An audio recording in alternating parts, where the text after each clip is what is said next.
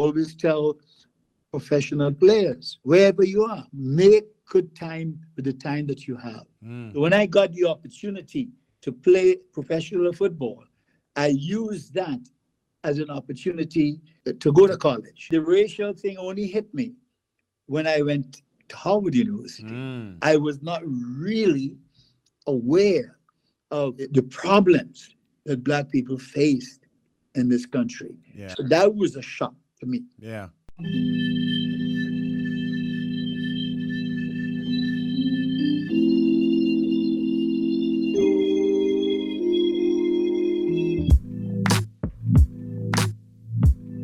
Welcome, welcome. You are now tuned in to the EPB podcast.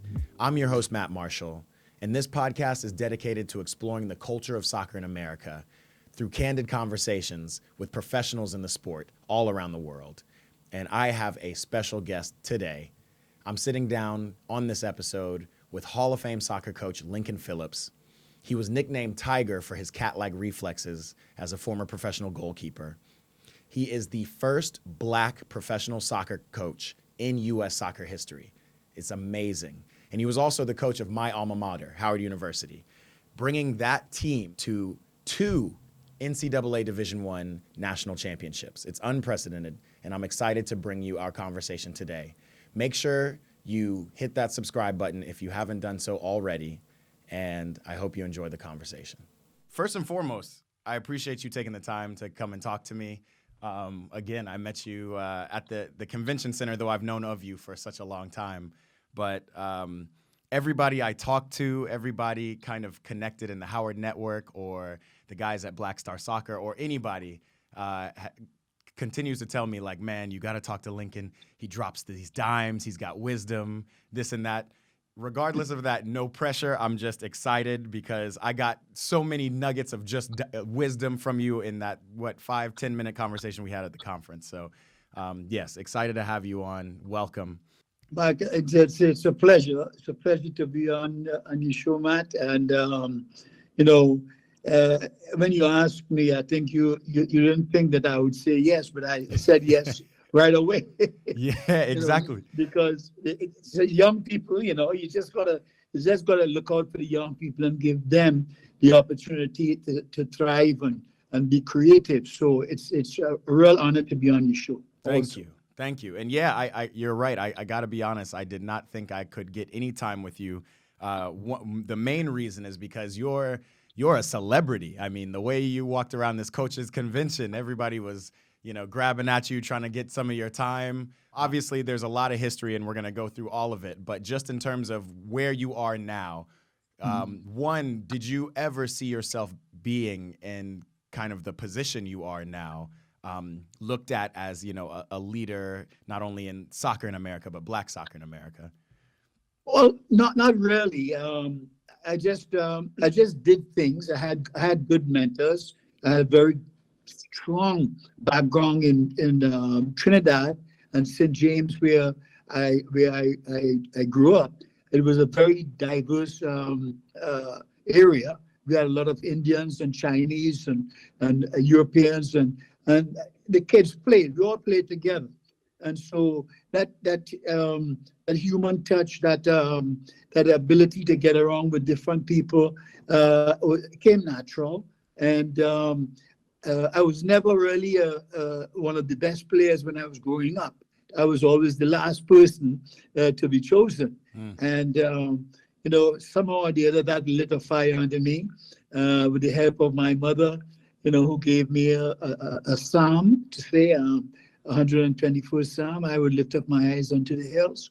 And so I said that and worked hard, and I've been working hard ever since. And everything else just comes as a result of the hard work you put in and the passion in which you put into the work. And everything else follows. Everything else follows. Yeah. Definitely. Yeah. I mean, this is right on. I mean, everything you talk about in general, everything you've kind of live is very much kind of according to the eat, pray, ball brand and ethos, in the way of almost, for me, it was about finding yourself, finding your purpose. Right. And especially during times like this, I imagine it's very kind of tough for people to find that purpose for themselves. Right. So just hearing you say that, just kind of working hard, doing the right thing, and letting the rest fall into place. It's very important, and it's something I kind of want to touch on. Throughout this whole thing, there's always a thought of what should I be doing. You know what I mean? Do you remember ever in your life having that picture of, or that fear, I should say, where you sit and ask yourself, "Am I doing the right thing?" Uh, Not really. Fortunately, where we grew up, everybody played. Sport was seasonal. So, like in from January to June, you play cricket, and from July on to December, you play soccer, and in between, you play basketball. And so everybody played. If you were a soccer player and in soccer season, you were just you were just left out. So everybody was forced to play different positions, and in growing up, I just had the feeling that I had the ability to coach, because I was always when I started getting good around, let's say 14, 15, 16, I always had an opportunity to lead the players. I was always the captain and so on. So I just felt that I had something to give in that respect. Yeah. And so coaching, a friend of mine told me that, coaching, you're ready made for coaching and teaching. Yeah. And so I was always inspired, and I always wanted to be a coach. I became a player coach, and then eventually when I retired, then full-time coaching. But I always, what the coaches did for me, my mentors, gave me confidence and helped me feel really good about myself. I like them for that, Yeah. you know. And I've told myself, if I can do that for other people, then that would be a good feeling, you know. Yeah. And I sort of try to really help shape and develop, because people really need it. You never to know what's in their life, and there you come along and you say a good word to them, motivate them. They feel good about themselves, Yeah. you know. And so that has been what has driven me all these years. Yeah. So let's kind of go back. I love how you opened it with kind of going from player to player coach.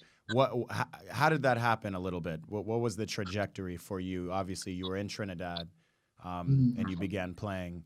What was the next level of that? Up until 10, 12, worst player Yeah. in everything. And when I turned 13, 14, all along, if the team was training 3 times a week, I would train 3 times. I would train in the morning too. So that's 6 times. And the off days, I'll train twice. Mm. Okay. So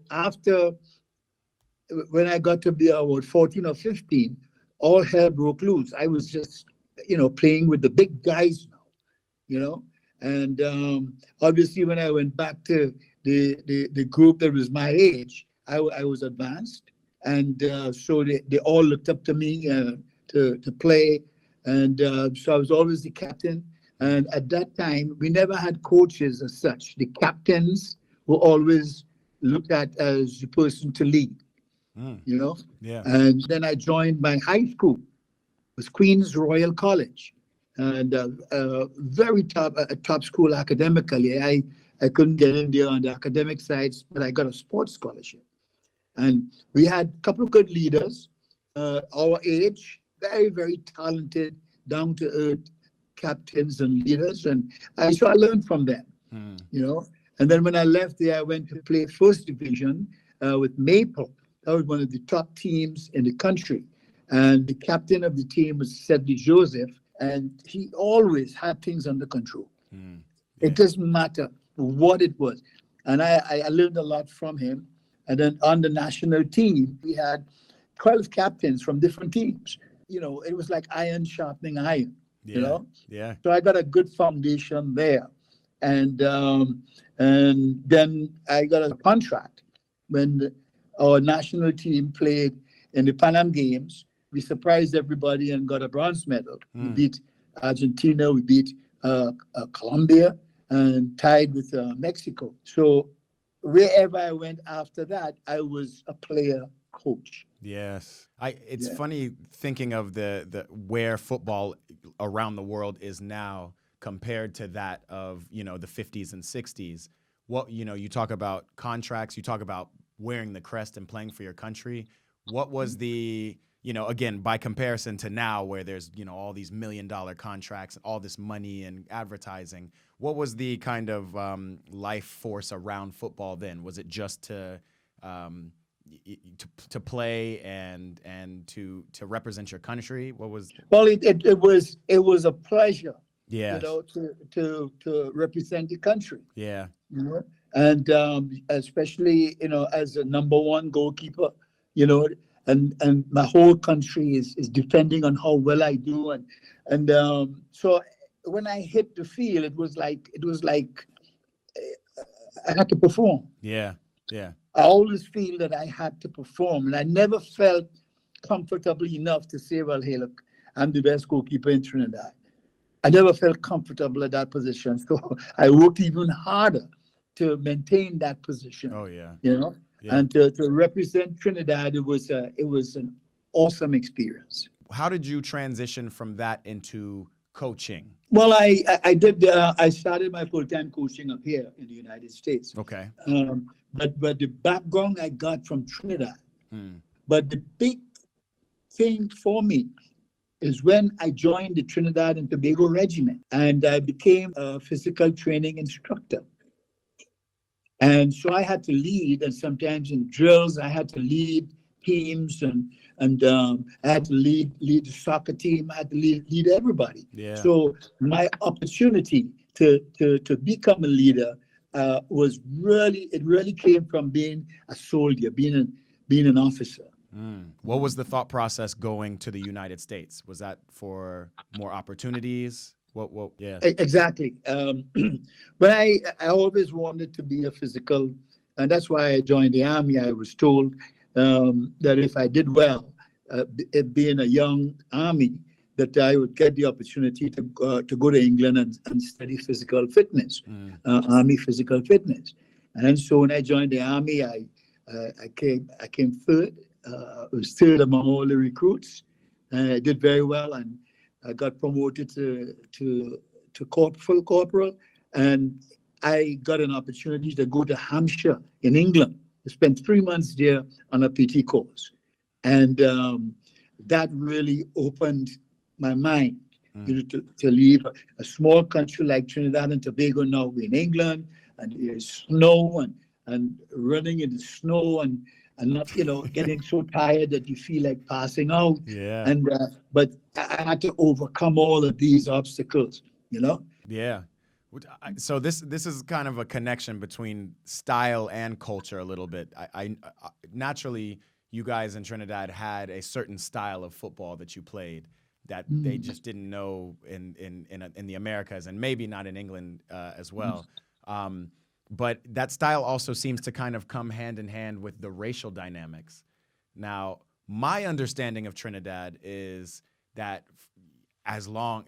for a long time, because it is so transient and kind of a port country, that the racial dynamics were so diverse that there wasn't as harsh of racism in it as there would have been in England and for sure in the United States.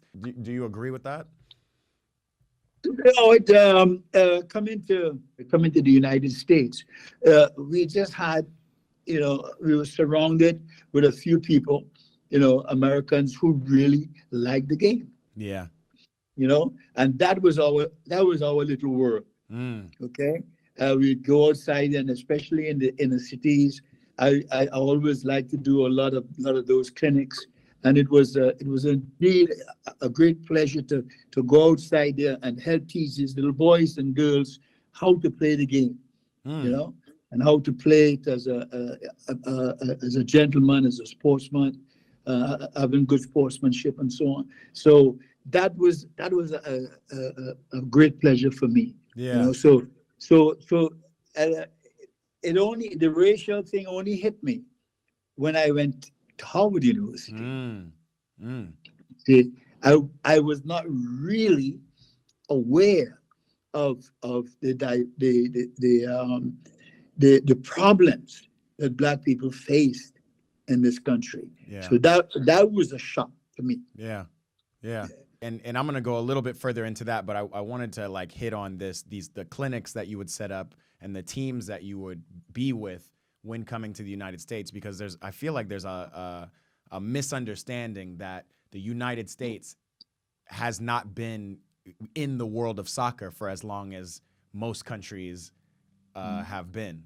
But I feel like just by you saying when you were going to the States and doing clinics and trying to get people in inner cities to kind of play, there was clearly a culture of the sport here in the United States early on, you know. Mhm.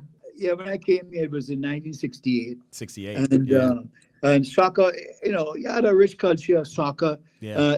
in the cities where there were a lot of immigrants, like in Washington. There Mm. was a first division amateur league, Mm. and you had the teams. The names were what's the first name? Italian cadets. Yes. Yes. Yeah, Yeah. Jamaica All Stars, Yeah. Jamaica Nats, and Trinidad All Stars. Okay, British Lions, and all these different cultures. And the football was rich, Yes. and in New York was the same thing. And in those countries where you had a lot of immigrants, soccer was being played and at a high level, you know. But then in the late 60s, when we started to have the soccer on the professional level, uh, then we were able to go out into schools, into clubs, and really help coach the kids and teach them how to develop clubs. Yeah. And over the years, and then it took off from there. Yeah. Wow. And it's funny that you say that, especially the naming of the kind of cultures connected to the teams, because I've been doing research about not why, but the unpopularity of soccer in America, and it spoke a lot about xenophobia. When we would separate, like you said, like there was the German stars and the Trinidad this, the Italian that, and and then at some point America was like, we don't feel, we need something American, we need something that's not, these other countries. So it's interesting to hear you talk about that. It was very interesting because while we played, it had a lot of newspaper reporters would just literally bang up the sport. It's a sissy sport, and it's only it's a communist sport and all of that stuff. Yeah. All of those things that we were faced with in building the game. But the thing about soccer, once you attempt it and you try to play, you'll get hooked on it. Oh yeah. There was a camp called Camp of Champions, and it was run by one of the Redskins football player, right? And I was in charge of the camp. And one time, Charlie Taylor, who was a big time running back for Washington Redskins, he came to the camp and to see the kids and so on, and he decided to try it. After the game, he said, "Man, this is a beautiful game. I'm going to start playing it because it's conditioning that I've never had before." And so he got hooked on soccer. Yeah. And soccer is that type of game. Once someone introduces it, okay, you get hooked on it. You like it. Yeah. That's kind of you're preaching to the choir. So, okay, I want to say, I said this to you at the convention, but I want to say on this podcast, the story of Howard and the soccer team, I didn't learn until after I finished playing there. And it was so inspirational that I wanted to do my own rendition of it, which I showed you briefly. And it is literally the one single thing that created this podcast. It was the story of of this Howard University soccer team. So I just wanted to thank you personally for that. But yeah, can you talk about, because you spoke about the mentors who got you to the places, and I think you had said the same earlier at the coaches convention about getting to Howard. Can you talk about getting to Howard and then what you experienced there as a coach? Well, getting to Howard, it was not my aim or ambition to coach on the college level. Yeah.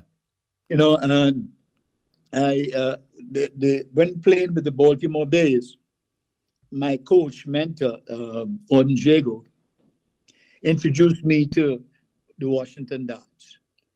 Now, the Washington Darts was a semi-pro team, and North American Soccer League was the full pro, and anyone who played 50% or less was eligible to play in the ASL. So he recommended me as the coach. All right. And I played with the 68, 69, and 70. And we were champions on all 3 years. And I brought in most of the players on the team were from the Caribbean and Africa. Now imagine at that time, whenever you see a soccer team, you may see 1 or 2 black players on it.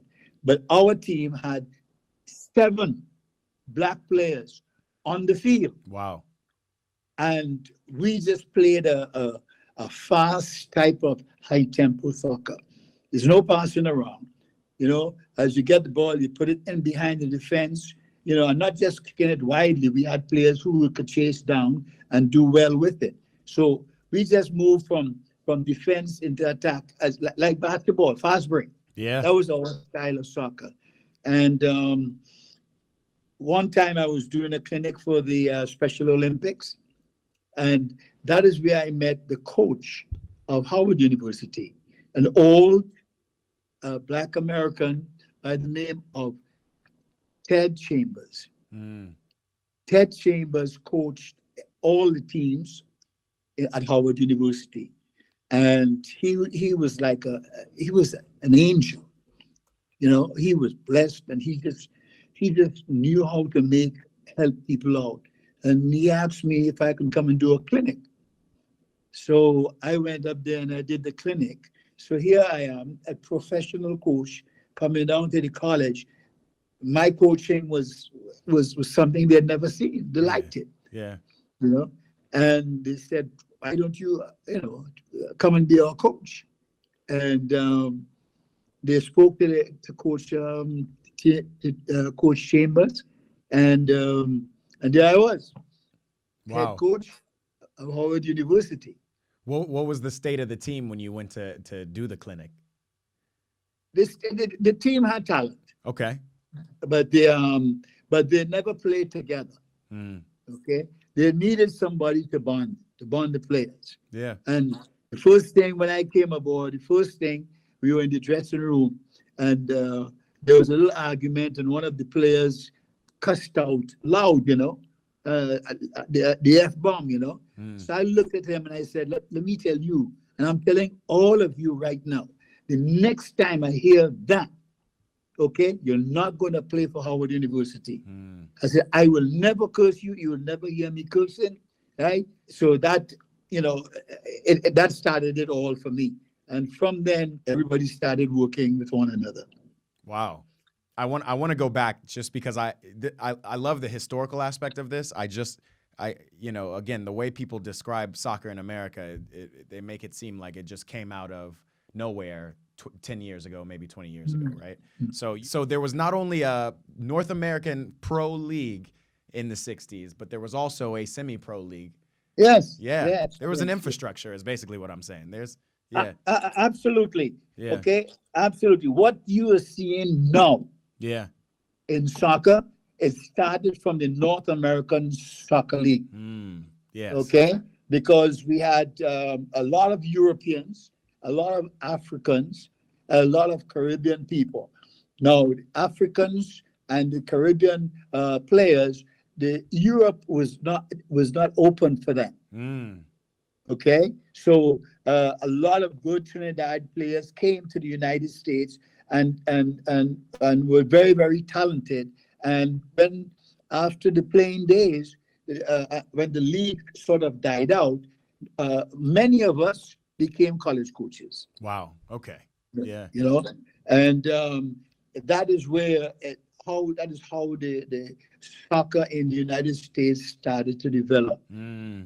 We had the former professional players going out there and starting clubs and also working on the college level. Yeah. Yeah. Obviously, the college level, the NCAA is essentially the development kind of Exactly. league for Exactly. America, which is different from around. So Yes.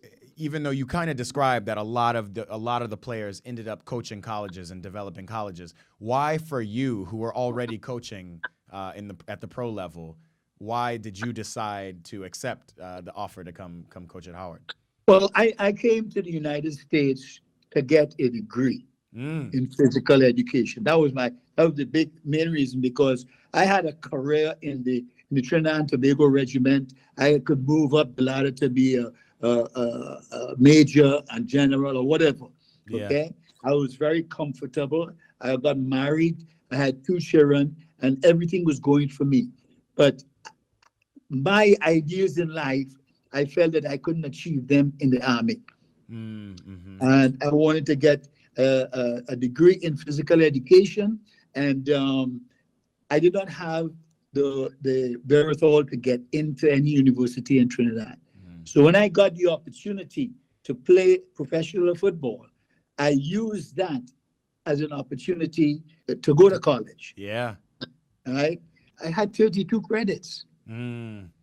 Okay, and the at Howard University, I had to have had a bachelor's degree to coach, at least to coach one of the college teams. That's right. Okay, but because I was so popular as a professional coach, Dr. Anderson, who was the head of the students' affairs, he said to Coach Chambers, "Let's hire him, have him as the assistant coach until he gets his degree. But Yes. let him coach the team." So in 1970, I was the assistant, but I was coaching the team, and I had to go to class, and sometimes I was in the class with some of my players, and I am a C student, and all my players are A students. You know, it was humbling. Mm. It was humbling, but I'm always the type of person. I don't care who the person is. If they can help me and teach me, I'll listen.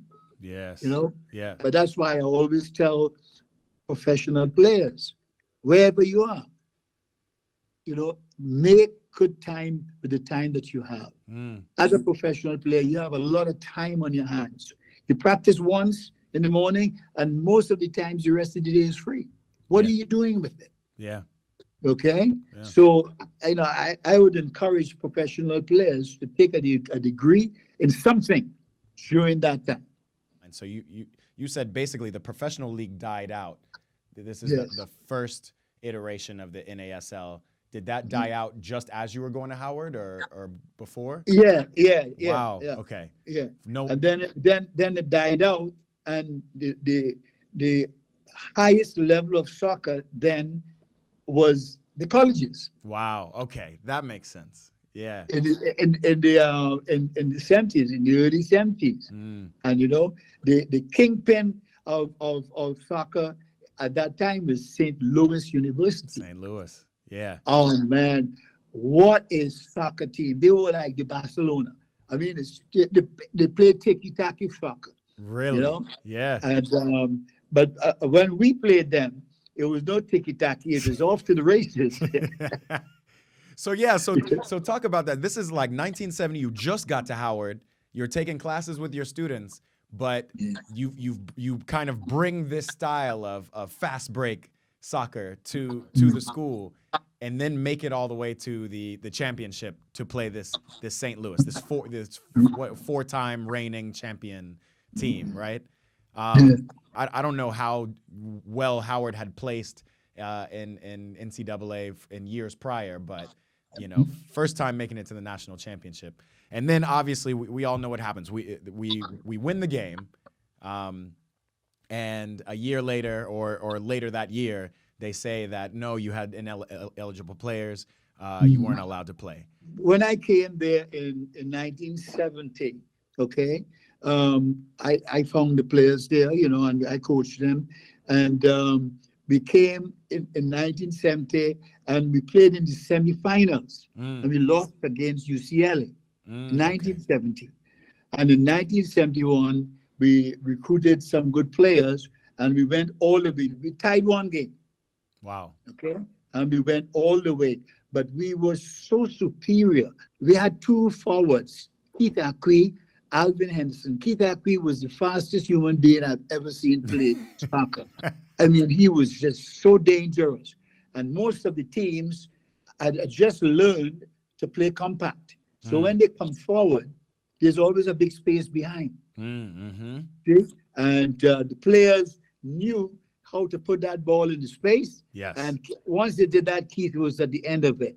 Now, Henderson would come to the ball, and sometimes he will get the ball at his feet, and he will turn, and he packed a powerful shot with either right foot or left foot. Wow. And then we had just a great team. Remember, we won the championship in 1971. From Miami, we went straight to Jamaica because somebody gave me a tip that the Jamaicans had some very outstanding soccer players, youth. And we picked up 6 Jamaican players. Wow. Choice players. So that the 71 team, some of those who started on that team were on the bench. We were 60% better in 72 than we were in 71. Wow. And it looked as though we were going to have a dynasty. And that is where all the things happened. Yes. Yeah. Everybody got jealous, and they started saying that we played professional soccer. It was madness. Yeah. It was madness. So, and that's kind of where a little bit of the, the jealousy, the racism comes into play. Well, there are a lot of issues there, you see. Now, one of the issues was that a few Howard players did not take the SAT. Yes. Okay. Now we, for the past 60 years, 70 years, we know that when a student comes from Africa or Trinidad or the Caribbean, and he has an advanced standing, so he has to take an exam like an SAT, right? Yeah. But that's about in 7 subjects. Okay. So if you get an ordinary level, an O level, you can enter college and do very, very well. But if you get an advanced level, the folks who get advanced level, they come in and they get 30 credits right off the bat. Those are your doctors and your lawyers and so on.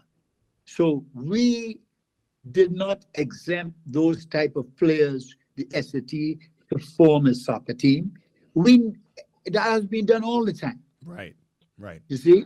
But the NCAA used that, and it went to court, and they threw it out. Yes. After the next year. But because that rule was on the books, it counted. And that was one of the reasons why they took away the championship from us. And the punishment was too harsh. Yes. You took away a championship from us, okay, and you suspend us for 1 year. Come on. Yeah, that doesn't make sense. It was brutal. Yeah. But that was their way of just breaking the advancement of a black university, being the champions in this white man's sport. Absolutely. I remember clearly there's that quote that you said, and I'm actually curious what setting that was. It seemed like maybe a sports banquet, but you said the NCAA was the hardest team you had to play that year. I want to say it was for 1973. Such a strong quote. Yeah. Man, let me tell you something, man. We played St. Louis the first game, right? And the team was depleted. We were missing 6 players. Another one got injured, and that was the Friday, and we lost 1-0 to them. And then Thursday night, we had the banquet.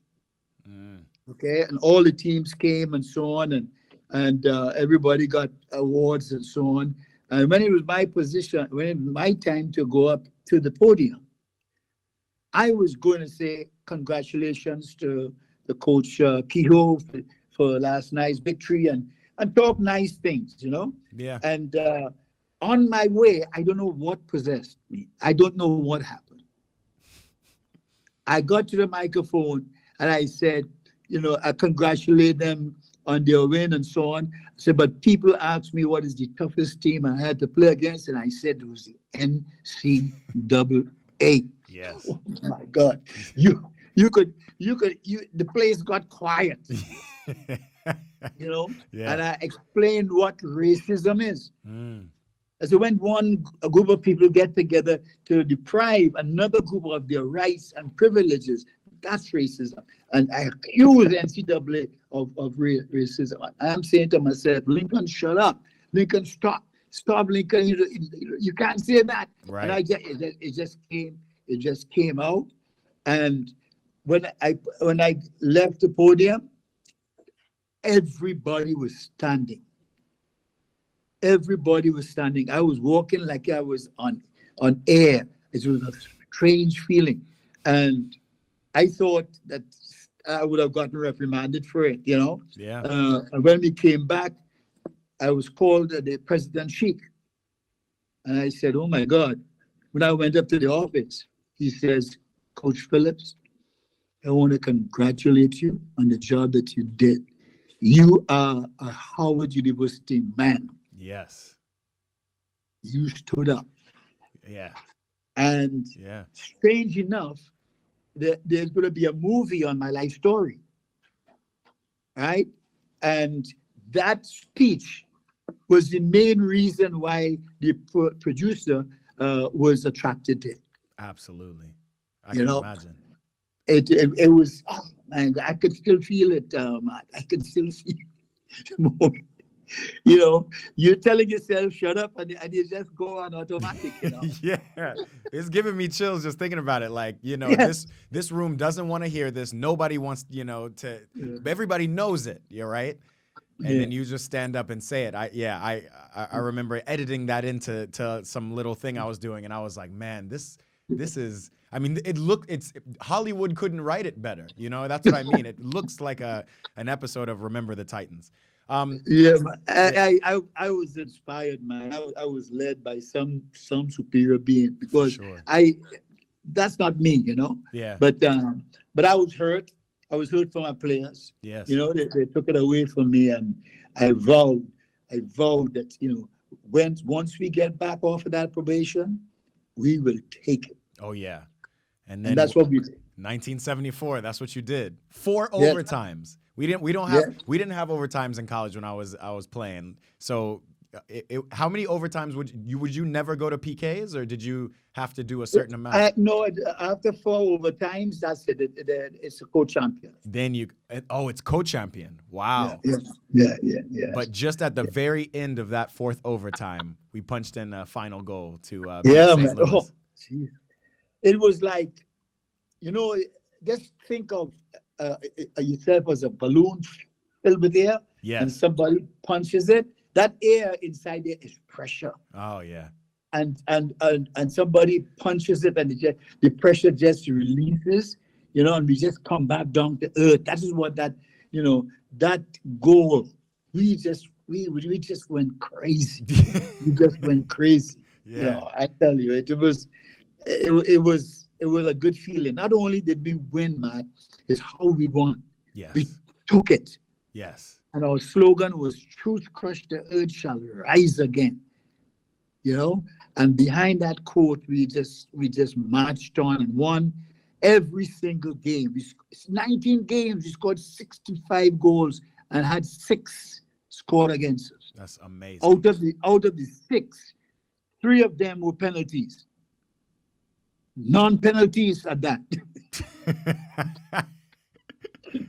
That's amazing. Yeah. But we were absolutely possessed. I'll tell you something too, man. When we played, I remember going down in Miami at the McAllister Hotel. In the lobby came Jesse Jackson, Stokely Carmichael. That was it. You talking about 1971. Yes. Okay? And those guys just told us, you guys are playing for us. Yes. Yes. And that, man, that, phew, oh, what a feeling to have those kinds of people, Right. because most of these people, they come through Howard. All blackness came through Howard. But it is in Ghana, or somebody takes over prime minister somewhere, or England, they pass through Howard University. Wow. You Yeah. know, Yeah. and so they were well inspired to see that the injustice that was done, we came back and we matched it up, took Absolutely. it back. Absolutely. And that, Yeah. and again, that it almost pains me, and I'm so excited to hear that your life story is being cemented in film, because media. That's why I'm in media myself. It's our history books, and as we move forward further and further, it becomes more even so the stories, the films, the books. It angers me that this story is not written on the walls at Howard University. Yeah. So to that point, that's kind of how I want to finish off, because I've already taken enough of your time. I want to talk a little bit about my perspective, seeing you again, you walking through these halls and being looked at as a celebrity, and hearing the story and knowing you as a leader, and that connection to Howard University, and the countless amount of leaders, celebrities, world leaders, political leaders, whomever, entertainers who have come through that school, the legacy it has, and how still, and me as a former alumni, still feeling slightly disconnected from that legacy, and from that.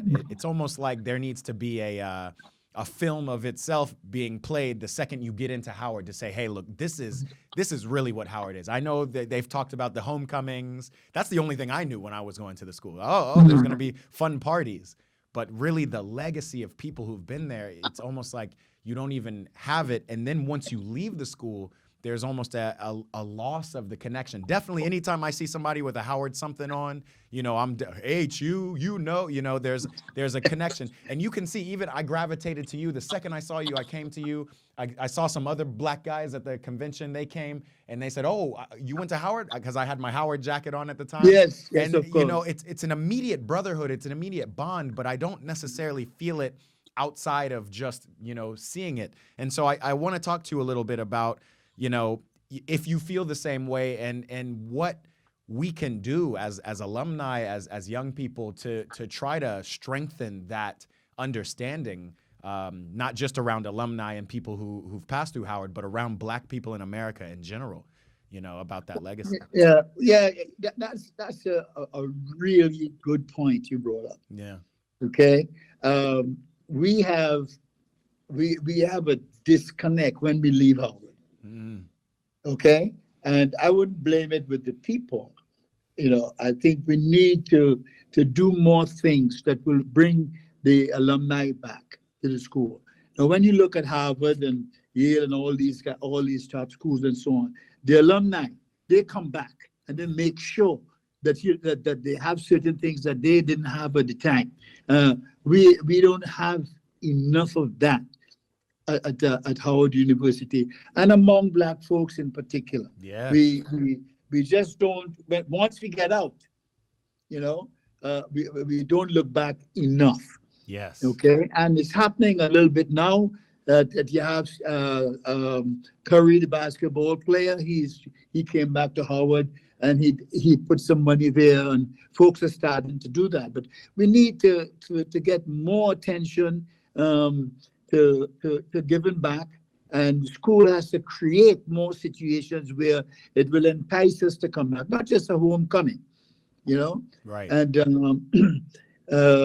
so that we have to do much better in that respect. Yeah. We have to do much better. Do you think, just in your experience as a Black man and being in America for so long, that this is a issue within our community, in general, and I'm going to give some context around this question, and maybe not just our community as Black people in America. I had an interesting conversation with some gentlemen from Zambia who came to the coaches convention, and we started talking, and they said something similar to what I'm hearing, to what I'm talking to you about, Howard, where there's not, when somebody gets out, when somebody leaves Zambia and becomes a professional this or a famous that or a rich this or that, there's not a lot of attention to coming back and bringing it back to your community. And so from their perspective, from the African perspective, he said that is a cultural thing that, you know, he said straight up, he said, you know, if a white man had a restaurant, you know, we would just go to the restaurant because they put up the restaurant. It's no questions asked. But then when you see a Zambian who's just opened a restaurant in that same area, you start to ask questions. Well, why does he have a restaurant? You know, he says it's born out of, you know, it's multiple things, but, you know, there's jealousy, there's misunderstanding, there's just a lack of wanting to give back. Is that something that you see just in Black people of the Black diaspora? Or yes. There is a disconnect. There's a division. Yeah. We have a lot of mutuality, but no commonality. Okay, Africa, you know, our oppressors have done such a great job in making Africa look bad, and make, even on the world map, when you see the drawings of Africa, it is smaller than some of these countries, when Africa is huge. Right. Even that, they discriminate against us. Okay? And then when, for instance, I came from the Caribbean, I always felt that the Blacks in America didn't want to get their education, and why don't they do this, until I came here. Yeah. When I realized how many things they did to Black Americans to keep them away from getting an education. That was an education for me in itself. You see? And so what our oppressors do, they let's say I come from the Caribbean, they will accept me. And they will tell me, you just keep working hard and don't be like them. You see what I'm saying? So our oppressors have done that dividing, that division. Yes. You know, and make you feel that you're better than this one, and so that is a problem. We have to get away from that, and we got brainwashed. You know, you have a Black day, and you know that's a bad day, and you know Black is everything that's bad is Black. Yeah. It's brainwashing, a lot of brainwashing. Yeah. And we've got to keep working hard, and that's one of the reasons I formed the Black Coaches Association. And I'm so happy to see that thriving, and the young folks now are coming out, you know, and joining the association and doing an excellent job. Yeah. So we have hard work to do and heavy loads to lift. So we gotta spread the word. You and I, and you know, once we see an opportunity to bring some success to any one of our people, we owe them that. Yes. We owe them. Yes. Yes. Well, Coach Lincoln Phillips, I appreciate you coming on. Founder of the Black Soccer Coaches Association, Hall of Fame inductee into the United Soccer Coaches, into the Black Soccer Coaches.